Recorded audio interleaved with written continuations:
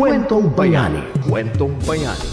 Magandang umaga po sa inyong lahat sa unang Sabado ng Nobyembre. Napakaganda po ng pasok ng ating Nobyembre. Ito po ang buwan ng anibersaryo ng BCYF. Kwentong Bayani hatid po sa inyo ng RMN at ng BCYF. Ako po si Radyo Man, Jenny Pahilanga. Live po tayo sa DZXL 558 po sa ating social media accounts. Facebook, paki-like and share po Kwentong Bayani. Meron po tayo sa Twitter, sa TikTok, paki-follow po sa YouTube, DZXL News. Kasama ko ng aking partner, Jojo Armenta. Partner, good morning! Good morning! Magandang umaga po sa inyong lahat at sa lahat po ng nanonood and nakikinig po sa ating programa ngayong Sabado ng umaga. Magandang umaga po. Good morning, partner Jenny. Happy long month anniversary BCYF! Yes, thank you. We're Happy celebrating anniversary. Ilang taon na? 30. Age ko. Oh. Ay, uy, di ba 22 ka lang? Ano ka ba? I just found out today. Ay, sige. Excited na ako, partner, please. Yes, so yung nabanggit na nga po ni partner Jenny, no, samahan niyo po kami. It's a long month celebration of Benita and Catalina Foundation. We're celebrating 30th anniversary. So maraming reminiscing na magaganap, no? And of course, ang ating pong makakasama mula ngayong umaga hanggang po matapos ang November are the people who became part of BCYF, currently still involved, and yung mga past din namin na mga volunteers and network partners. So yan yung makakasama natin. Para naman mas makilala natin at babalikan natin yung mga programa ng BCYF and also the current ones. Yan. Okay. So, please, partner, do the honor. Na-miss natin po ang ating mga panauhin sa umagang ito. Okay. So, ang mga kasama po natin ngayong umaga, hindi na siya bago in our program. Na-miss no? natin. Na-miss natin. Yeah, na-miss natin, no? But, hindi naman nauubos ang storya na pwede niyang ibahagi about the foundation. So, our first guest is the Executive Vice President of Benita and Catalina Foundation. Walang iba kundi si Anton Yap. Good morning, Anton. Hi, good morning, Jojo. Good morning po. Good morning, Kamusta sir. ka, Anton? Yeah. Kumusta po? Mabuti po, ayan. Naririnig lang po ako. Loud and clear po, sir. Okay. So, ang atin naman po mga kasama, at mga kasama rin natin ngayong umaga, no, is the BCYF Chief Advocacy Officer.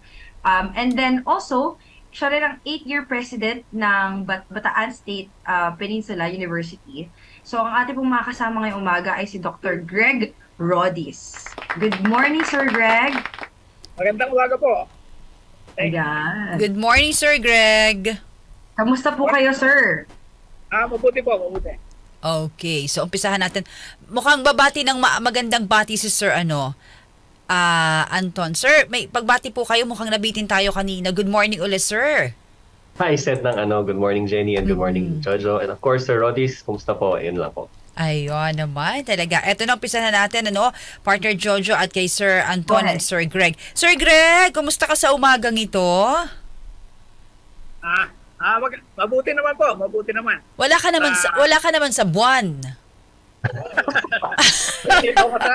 Nandito ako sa St. Lucian. Ayun, kasi yung background ni Sir Greg. Sir Greg, gusto ko pong malaman at ating mga nakikinig at nanonood ngayon, kailan po ba at paano po ba kayo na-involve dito po sa BCYF? Tsaka, eto, gusto ko ring malaman to partner Jojo Sir Anton, ano po ba ang ginagawa o tungkulin ng isang Chief Advocacy Officer, Sir Greg? Okay, maraming salamat. Nagsimula po ito noong panahon na presidente ako sa BPSU. Nakilala ko si Sir Yap at saka si Attorney doon sa aming mga extension program doon sa Pamantatan. Noong after ng retirement ko noong April, nipitahan ako na umattend doon dito sa mga meetings ng DCYF at maging bahagi na ako ng kanilang mga activity, mga pagtutulong, planning activities na ginagawa sa iba't ibang lugar.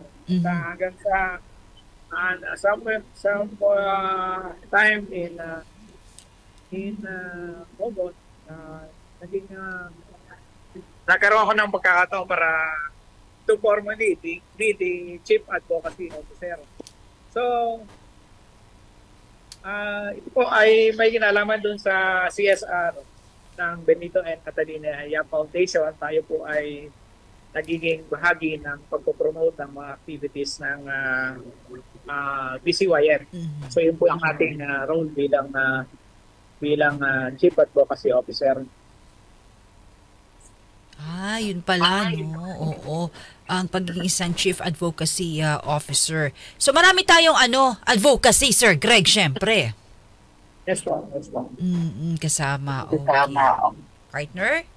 Curious ako dyan, Sir Greg, kasi ngayon lang tayo nagkatagpo sa BCYF, no? I haven't worked with you yet. Sir, ikaw ba, kasi lagi namin itong tinatanong din sa mga nagiging involved sa BCYF, ano po ba yung personal advocacy niyo, sir? Pakilapit po, Sir Greg, yung bosses po natin. Marami po mga dapat tayong tulungan sa ating mga komunidad, sa ating mga pamayanan. Isang malaking bahagi po bilang mamamayan na maging instrumento para lalo pang maidala o mapabatid sa ating mga nandoon sa mga komunidad na may maitutulong ating mga organisasyon para mapaunlad ang kanilang kabuhayan. At nakikita po natin yung mga proyekto na pwedeng makinabang ang komunidad. So napakahalaga po noon. At yung mga volunteers, so pong napakahalagang tungkulin natin bilang mga volunteers ay talagang bigyan ng anong tawag dito, gabay yung ating mga nasa lipunan na magkaroon ng kaalaman kung paano pa mas lalong mapapaunlad yung ating socio-economic conditions. Yan pong ating mga kasama sa yung po mga negosyo, may malaking role po yan para makatulong doon sa pagbabahagi ng kanilang pakinabang doon sa mga mamamayan. At ang BCYF po ay isang conduit, isang napakalaking instrumento para lalo pa tayong makatulong sa ating mga mamamayan. So nakikita ko po yung role ng inyong lingkod bilang dating Pangulo. Marami pong tayong karanasan kung saan nagkaroon tayo ng pagkakataon na matulungan ang mga komunidad doon sa nasasakupan ng ating pamantasan. At yun po ay isang napakalaki tulong na pwede nating ibahagi sa iba pa nating mga kaibigan, mga kababayan. Sa ngayon natapos na yung aking tungkulin bilang Pangulo ng Pamantasan at nandito ako ngayon sa BCYF. Wow, galing. Sige po. Dahil nabanggit na nga din ni Sir Greg, no, na napakalaking tulong ng mga organization like BCYF, no, sa pagsulong ng mga iba't ibang proyekto para makatulong sa socio-economic, even sa lives ng mga volunteers. So tanungin naman natin si Anton, paano nakakatulong yung mga proyekto ng BCYF sa panahon ngayon? Salamat sa tanong, no. Actually, yung minention po ni Sir Rodis, importante po yan tungkol sa ating volunteers. Magandang example po niyan, si Jojo mismo, di ba? Volunteer namin yan before. Yes, years sir. ago. A few years ago, kasi nga 22 years old lang siya. Yes! Yun.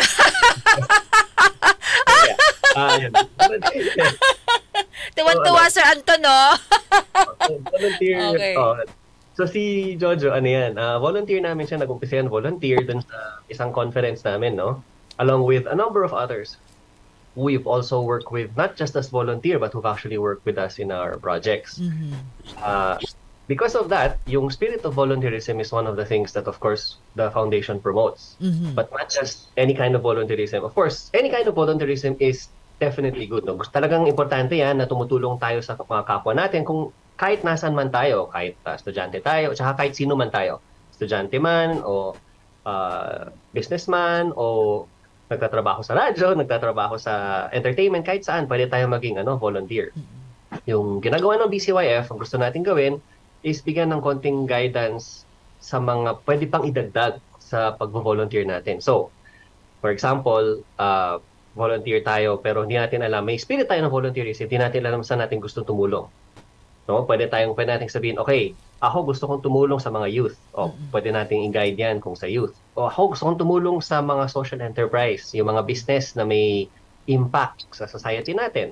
Pwede nating i-guide yan papunta dyan. Gusto kong mag-volunteer pero hindi ko specifically alam kung business ba or saan ko gusto tumulong. Okay, tutulungan namin kayo dito sa Social Responsiveness Month namin or sa mga iba nating projects, doon ka namin i-assign or i-refer ka namin sa mga partners kasi marami kaming partners. Pati yung Rotary, yung mga iba-iba organization, partner po natin yan. So matutulungan namin yan na mahanap yung sarili mong, ano ba sabihin, yung volunteer journey, mag-guide yung volunteer journey mo. Yan. Okay. Natulala daw kami ni ni partner kay Sir Anton. Ayun. Partner, di ko marinig. Ayan. Na-summarize ni Anton what really BCYF does to the lives of the people and to the community and even to our network. So, that's good kasi marami pang hindi nakakaalam ano nga ba talaga yung ginagawa ng BCYF. Napakarami kasi, partner Oo naman. Kulang ang marami kaming proyekto. Oo. Kulang ang ating oras at araw para ibahagi, no? Diba? Pero ito gusto din nating malaman kasi ang BCYF para sa inyong kaalaman nakatutok po tayo sa mga eskwelahan partner, 'di ba, Sir Anton and Sir Greg. Sir Anton, sa inyo po muna, ano po ang kahalagahan, Sir Anton, ng BCYF sa itong organisasyon po natin sa mga paaralan? Ano po yung ating mga ginagawa po na programa at kahalagahan ng BCYF po sa kanila? Particular po sa eskwelahan. Sige po. So yung foundation po natin, as we said, so we help promote specifically yung advocacy ng foundation, no? Yung advocacy kasi ng foundation is called personal social responsibility. And it's something na gusto naming makuha, ma-absorb, no? Lang lahat ng mga tao, especially yung mga kabataan natin. At lalo na kung nasa school pa sila. Kasi gusto natin mag-umpisa yung volunteer spirit doon pa lang sa school habang nag-aaral sila. Si Jojo actually, nung sumali siya, nag-aaral pa siya niyan Okay. She was still a college student nung nag-umpisa siya mag-volunteer, di ba? Tama? You were helping doon sa isang, parang concert project natin. Yan. So, that being said, yung BCYF partners with schools, among other organizations, who give the school and especially the students an opportunity, para bigyan sila ng oportunidad na mag-volunteer in particular things. So, sabihin ko ng mabilisan lang since sabi natin marami, but may focus yan, may particular months lang yan. Yes, so, tuwing January, February, ang concentration po natin, innovation. Gusto natin ma-expose yung mga volunteers natin or yung mga tumutulong, especially mga students sa innovation. We call it BCYF, Philippine Innovation Month. Sa yan? Mga February. So, anything innovation, anything innovative. So, yung kaisipan ng mga bata makiliti na, ano kayong pwede kong gawin na iba, so to speak. Isang dagdag na pwedeng gawin, whether sa trabaho nila or sa pag-aaral nila, later on sa magiging future nila, maisip nilang innovative na mindset. Next, sa ating March-April na buwan, Technology Month naman yan. Okay? Technology Month. Bakit? Kasi kasunod ng innovation, application naman of technology. Why? Kasi hindi natin maiwasan yan. Non-stop ang progression ng innovation. Imagine yun, hindi natin pinag-uusapan ng AI. For example, few years ago, ngayon, parang nandyan na, ginagamit na natin lahat halos, yung ChatGPT, etc. So we help expose yung students sa mga ganyan, different technologies. Kung may round table, may event man, may invite kaming speakers, they're invited. Next, June, July. Yung may rest muna tayo saglit. Pero June, July, meron tayong Social Enterprise Month. Gaya nung minensyon namin, yung mga businessmen naman, yung mga professionals, gusto namin ma-expose yung students sa mga taong ganon at mabuksan yung mata nila na pwede palang magnegosyo na hindi lang basta kumikita ng pera ang target. Baka naman pwede tayong kumita ng pera at saka tumulong sa kapwa, sabay. Sinasabi natin, alam ko, gusto iba sa inyo, gusto nyong hindi lang magtrabaho at mag-empleyado, baka gusto nyo mag-business. Pero sinasabi namin, kung mag-business kayo, pag-isipan natin na makakatulong rin tayo sa kapwa. In one way or another, maraming ways yan. Pwedeng may tutulungan tayong community, pwedeng may tutulungan tayong specific na group or location, tutulong tayo sa environment, meron tayong recycling na gagawin, etc. So, ine-expose rin natin yung mga estudyante, yung mga kids sa schools, no? Sa ganong exposure, sa ganong idea na para magkaroon sila ng bagong kaalaman na yung potential na future nila, hindi lang isang path o dalawang path, like employment o business. Pwede palang volunteer with a purpose, tapos pwede sila mag-social entrepreneur, o pwede sila magtrabaho sa isang social enterprise. Maraming social enterprises sa Pilipinas sa totoo. No? Okay. Finally, sa September, meron tayong Philippine Social Responsiveness Month. No, it's actually the month. Malapit na yung natin, no, yung kakatapos lang nito, no. Kakatapos lang natin na event. That's the time where we do a lot of yung mga lectures and discussions on personal social responsibility, yung advocacy ng foundation. Okay. Yung last two, yung October and November. November, of course, anniversary month. Is what we're celebrating now. Yan. Yeah.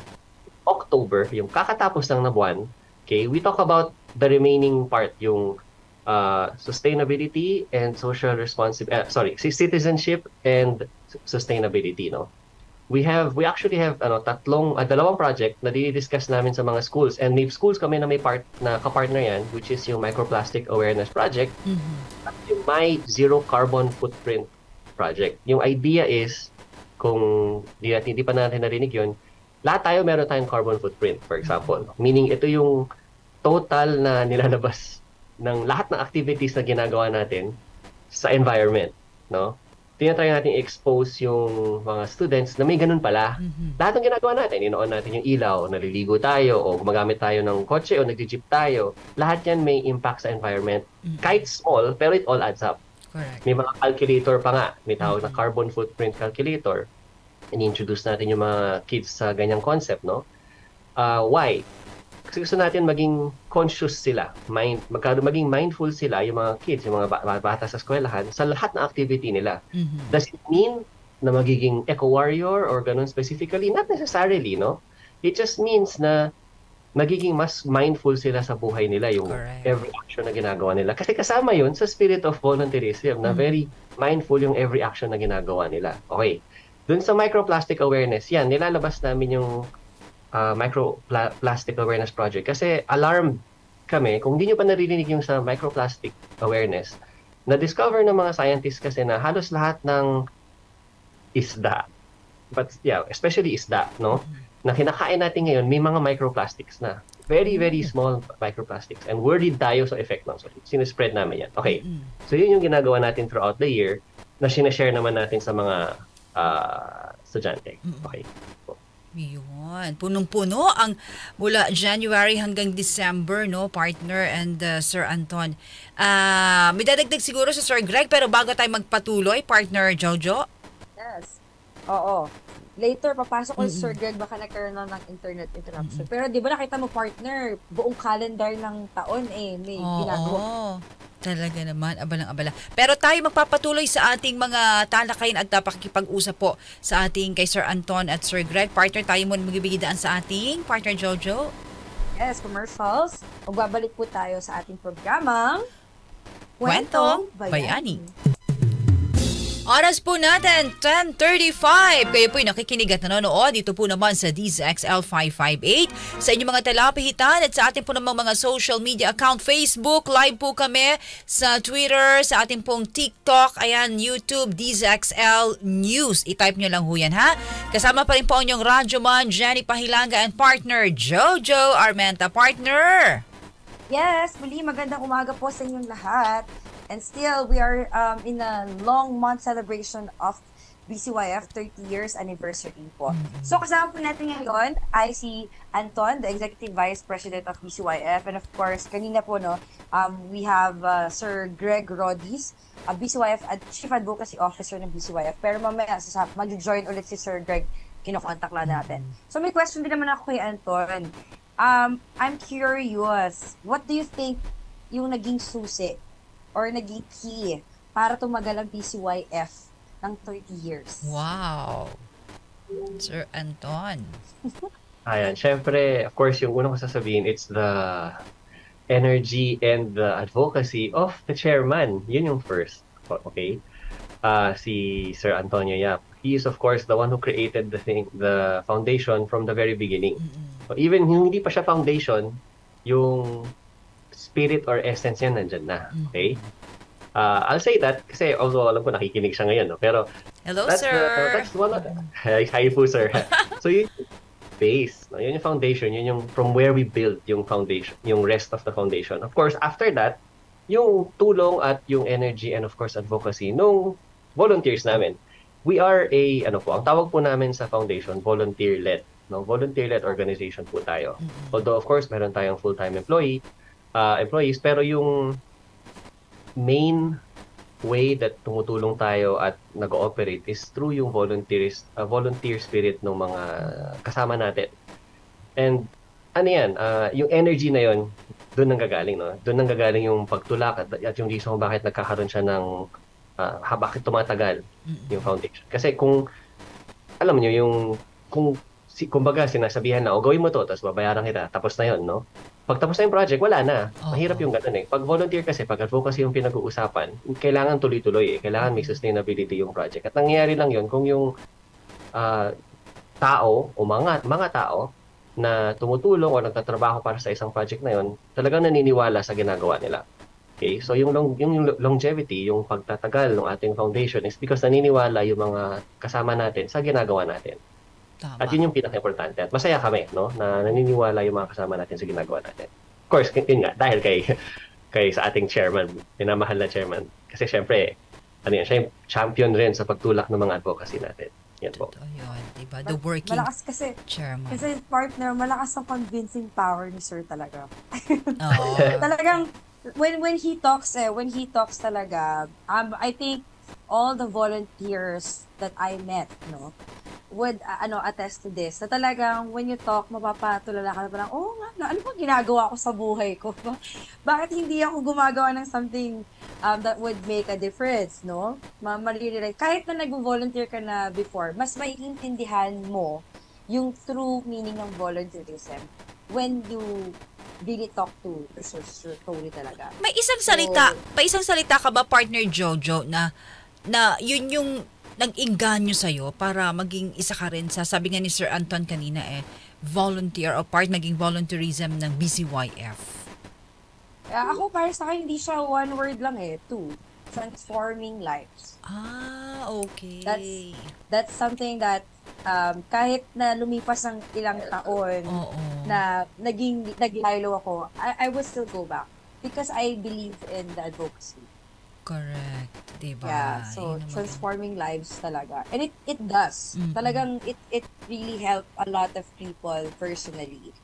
Pero dahil kasama rin natin si Anton, no, may question din ako kay Anton. Yan, sir. Nakasalang na hot seat si Sir Anton. So, ano yung personally, no, what's the impact of BCYF to, like, in a personal level? Like, ano yung naging impact sa'yo? Being involved in different projects, knowing Sir Tony how he talks, and yung mga na-impart niya sa'yo. Like, yung BCYF in general, like, what's the impact to you, personally? Yung biggest would be awareness or having yung eyes ko open, no? Kasi yung ginagawa natin sa foundation, kung saan-saan tayo minsan tinatapon, di ba? Kung saan tayo napapadpad. Most of the time, around the Philippines, and that's a great thing, na naiikot mo yung Pilipinas, na nami-meet mo iba-ibang tao, yung natatanong mo sa yung mga gusto nilang ma-achieve sa buhay, yung mga gusto, and marirealize mo na every person talaga can have that personal social responsibility. Yung naiisip namin na yung advocacy ng foundation, which is PSR, personal social responsibility, kahit yung kausap namin hindi niya ma-place in words yung advocacy na yun, marirealize mo yun rin ang sinasabi nila basically sa buhay nila, na meron silang personal social responsibility. Kapag nakakausap ko sila, yung mga iba-ibang, whether yung mga tao sa community or yung awardees namin or yung nominees namin or yung just yung mga random people na, for example, may kasama ako na pupunta kami sa isang malayong lugar kasi hindi talaga namin alam paano papunta doon. So may nag-hire ako, for example, na sumama sa akin kasi talagang malayo sa may Mindanao or Visayas yung pupuntahan. Example lang. Nag-uusap kami kung kumusta siya, na ginagawa niya. Ganyan. So magkukwento niya, actually sir, tumutulong po talaga ako sa ganitong komunidad, ganito, ganito. Tapos pag nalaman niyang nasa foundation tayo, ganun ba? Ganun po pala yun? Na meron palang mga ganyang organisasyon na tumutulong talaga. Sabi ko, oo, pero kuya, yung ginagawa ninyo, yun po yun eh. Yun talaga yung point namin eh. Kahit hindi kayo sumama sa organisasyon. Pero of course, mas maganda kung sumama para makapag-coordinate. Pero kahit hindi, no, yung ganong realization na marami talagang gustong tumulong sa kapwa sa buong Pilipinas. And I assume in the rest of the world, no? Correct. Kahit hindi mo man sinasabi. Yun yung biggest impact sa akin. Talagang nandun yung spirit or essence ng pagtutulong sa tao. Kailangan mo lang minsan itap or makausap lang na ma-realize mo, marami tong ginawa para sa kapwa niya. Kasi ang tendency natin, lalo na't marami tayong nakikitang negative things sa news, sa social media, ganyan, is akala natin napaka-pessimistic, yung maraming masamang nangyayari, yung mga tao walang pakialam, ganun. Hindi totoo yun eh. Pag kinakausap mo talaga yung mga tao, doon mo na-realize hindi. Meron silang positive na outlook, meron silang kung hindi mo man itawag na volunteer spirit, yung gusto lang nila tumulong sa mga ibang tao. And yung chance na yon na marinig yung storya na gano'n, at yung chance na bigyan pa sila ng additional na oportunidad na mag-volunteer, yun yung biggest impact sa akin, na nabuksan talaga yung mata ko na hindi yan, yung pagtutulong is hindi unique sa kahit anong grupo, kahit anong tao, kahit anong lugar, no? Nandun yun, yung spirit na yun ng pagtutulong sa ibang tao. Correct. At yung responsibility na essence na nandyan. Yes. Yep. Yun ang sarap ng ng pagtulong. Sir Anton, ang daming issue. Kaliwat kanan, sa social media, sa lipunan natin, kahit sa ibang bansa. Sa iyo pong palagay, sir, ano ang dapat tutukan ng BCYF, no? Para po, sabi nga matugunan itong kung ano man ang problema na kinakaharap po na sa palagay ninyo na ating bansa, sir. Okay. So, may foresight. Bali, nakita na ni ating chairman yung possible na magiging issues natin. Kaya siguro yung naging focus ng foundation, yung ating advocacy na tatlo. And I'm answering your question by defining this, no? Please, sir. Yung tatlong yon, yung ating primary advocacy, di ba nga, personal social responsibility. May tatlong elemento po yon. Citizenship or good citizenship, sustainability or sustainable lifestyle, and social responsiveness. Yung mga issues sa bansa, sa totoo lang, merong of course, yung mga tao nagdi-disagree. Nangyayari talaga lagi yun, no? Nagdi-disagree for many reasons, no? Yeah. I'm not gonna mention all of them. Basta maraming reason kung bakit nagdi-disagree ang mga tao. Yung minsan malalim ang disagreement dahil sa mga beliefs. And yet, ang basic essence pag tinignan mo is lahat ng tao basically gusto nila maging good citizen. Of course. Na isang bansa, okay? At pinopromote natin yan, sinasabi natin, we should be good citizens. And because may good citizen tayo, gusto naman talaga natin sumunod lahat sa batas. As a primary example, no? So that's one of the things na the foundation pushes for, being a good citizen. Correct. Do we say na may malaki kang kailangang gawin, na lumabas ka sa bahay mo at gumawa ng isang malaking organization? Hindi. Kahit yung sarili mong buhay, yung sumusunod ka sa batas, ginagawa mo yung mga basic na bagay. Of course, kakatapos ng ating barangay elections, nag-participate ka ba? Yung gano'n. No? So, yung mga ganong bagay, from the smallest to yung pinakamaliit, na pinakamalaki, lahat yun importante. In your own, kaya nga sabi natin kanina pa, in your own way, dapat tumutulong ka. Okay, so, yun yung first, sa citizenship. Sa sustainability naman po, yung kailangan po itulong natin is yung, hello? Go ahead po. Go ahead, Sir Anton. Loud and clear. Naririnig po. Go ahead. Go ahead, Sir Anton. Okay, ayan. Medyo nawala partner, no? Si Sir Anton. Okay, balikan natin mamaya at ayusin lamang, no? So, ang ganda ng pinag-uusapan natin, partner Jojo with Sir Anton, di ba? Yung sabi nga, volunteerism, ayan, sa ating mga kababayan at mabigyan po sila ng, sabi nga, pagtulong, no? At kahalagahan po na ginagawa. But pinag-usapan namin yung pong issue sa ating lipunan, yan na tinututukan din po ng organisasyon ng BCYF, no? So, okay na po, ayan. Sir Anton? Okay, ayan. Sige, tabayan po natin. Maganda ho yung binabahagi sa atin ni Sir Anton. At partner Jojo, go ahead. Yes. Okay. I think Anton is here. Yeah, Sir Anton, please go ahead. Please continue, sir. Ayun po. Sorry po. Okay. So yung sa sustainability, yun nga, na meron tayong sustainable lifestyle, no? Yung sinabi natin kanina, yung pagiging conscious, like paglalabas ba tayo ng kwarto, pinapatay ba natin ilaw? Ganun kasimple, no? Or kapag magtatapon tayo ng basura, imagine mo kung lahat ng tao, conscious tayo sa tinatapon nating basura, kung nasa tamang lugar, no? Na hindi lang basta-basta kain tayong candy tapon, kain tayo ng chichirya tapon. Saan natin tinatapon? Importante yun. Kasi pag tinapon naman natin, hindi naman yan mawawala na parang bula, no? May either dadamputin yan at ilalagay sa side or liliparin ng hangin kung saan mapupunta. Correct. No? Ganun, isip natin, liit na bagay lang yan. Maliit lang naman yan na plastic ng candy. Hindi eh. Imagine kung maliit na bagay tapos 1 million tao gumagawa. Tama. So, sama-sama. So, the opposite of that, which is the positive thing. Imagine mo kung 1 million tao ang pagtapon sa tamang lugar tapos conscious tayo kung saan napupunta. Tumutulong tayo sa mga recycling center. Meron naman tayo recycling center. Yes. Tsaka may mga businesses na upcycling, yung ginagawang bagong gamit, yung mga plastic, ganon. Kung conscious tayo doon, imagine mo lahat yun, pinagsama-sama, magkakaroon ng totoong impact yan. Hindi na, akala natin, ako lang, mag-isa lang. Yun yung point. Isa ka lang, pero isa ka sa milyon-milyon na pag pinagsama-sama mo, yung impact significant. Okay. Sustainability yun. Finally, of course, social responsiveness. Ito yung tugon ng panahon. That's the best way to say social responsiveness, no? Yung tumutugon ka pa sa panahon. Kapag may issue sa isang bagay, does that mean, magbigay ka ng opinion sa social media? Hindi yun ibig sabihin namin, ha? Although, pwede, kung freedom mo naman yun, no? Okay. Pero yung ibig sabihin natin dyan is, conscious ka sa mga nangyayari sa Pilipinas at sa mundo. Kung may magagawa ka in a certain way, whether it's kumuusap sa certain na mga tao, o mag-volunteer sa certain na lugar, or magsulat or whatever, yung talent mo, no? Gawin mo yun, no? In a way na conscious ka sa ginagawa mo. Ang pinaka-importante gusto natin gawin ng mga tao pag social responsiveness is pag-aralan nila at pag-isipan nila yung mga nangyayari talaga, no? At para maging aware. Kasi ang naintindihan natin na sobrang busy, no? Sobrang busy talaga natin. Marami tayong kailangan gawin, kailangan natin kumitang kabuhayan. Di ba? Siya, busy tayo lahat. Totoo yun. Hindi mawala yan sa buo lahat ng tao. Pero, ang sinasabi natin, merong mundo na nandun sa labas ng ating buhay, sa labas ng ating trabaho, sa labas ng ating bahay, no? At maraming nangyayari sa mundo at dapat alam natin to. No? So, yung foundation, tinutulak natin na maging aware. Minsan nga yung mga ibang discussion o lecture namin, di-discuss lang namin isang roundtable discussion ito po yung nangyaring development sa ganitong lugar. Ito yung nangyaring development sa ganitong technology, etc. No?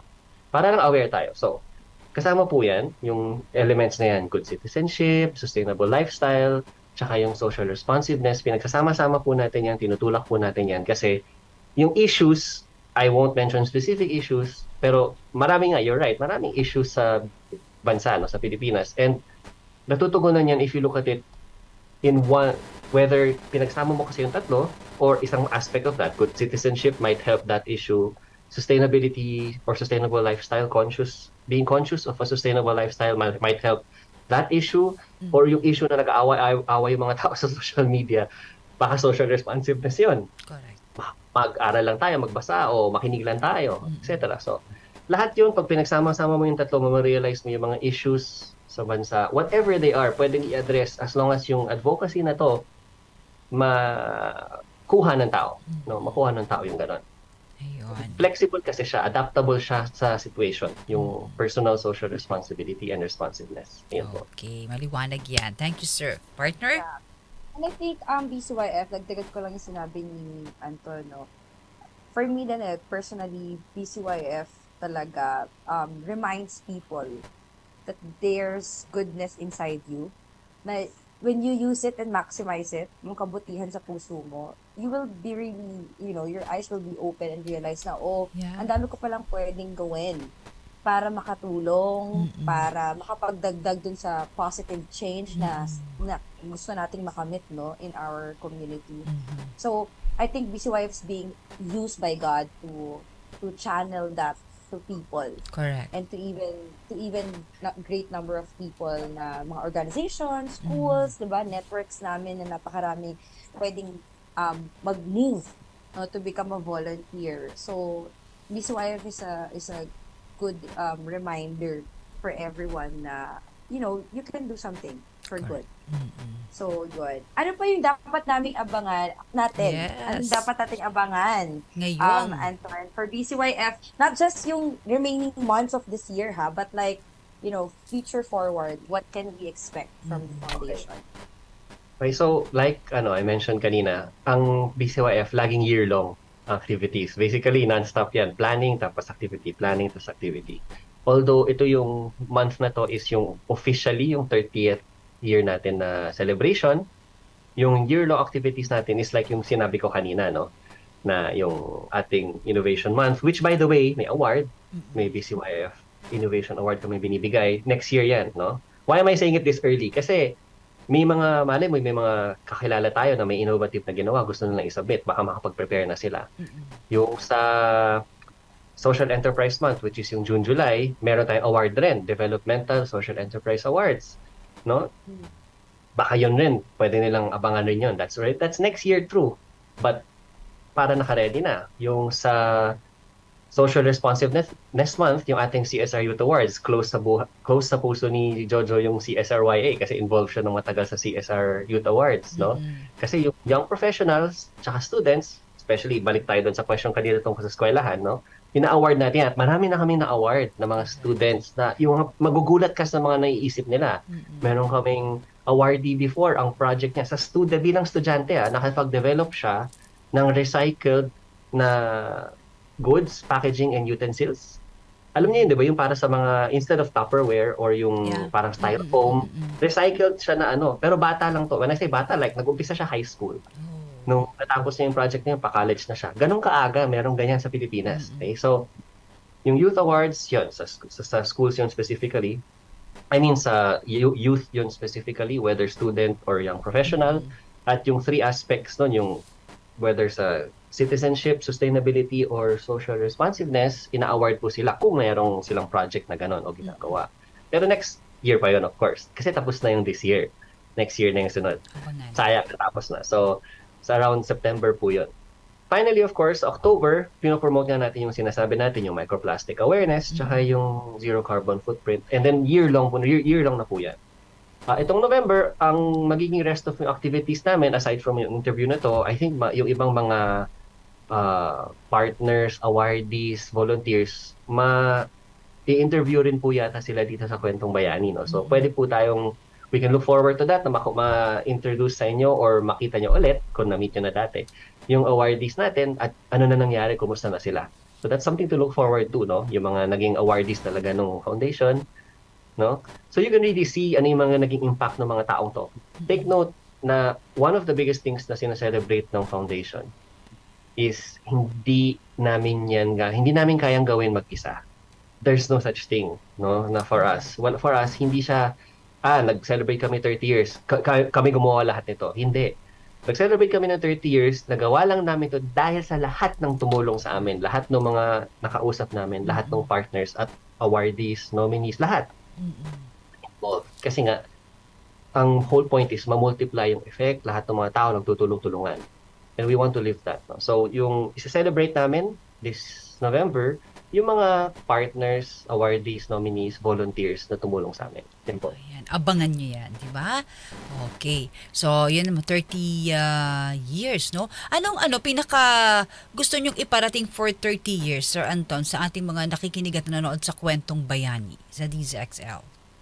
Ituloy po sana natin ang ating personal social responsibility advocacy or commitment. Also, of course, sa mga ating tagapakinig, kung gusto niyo malaman ng additional na information, pwede kayo pumunta sa Facebook para madaling ma-access po. No? Sa Facebook lang tayo.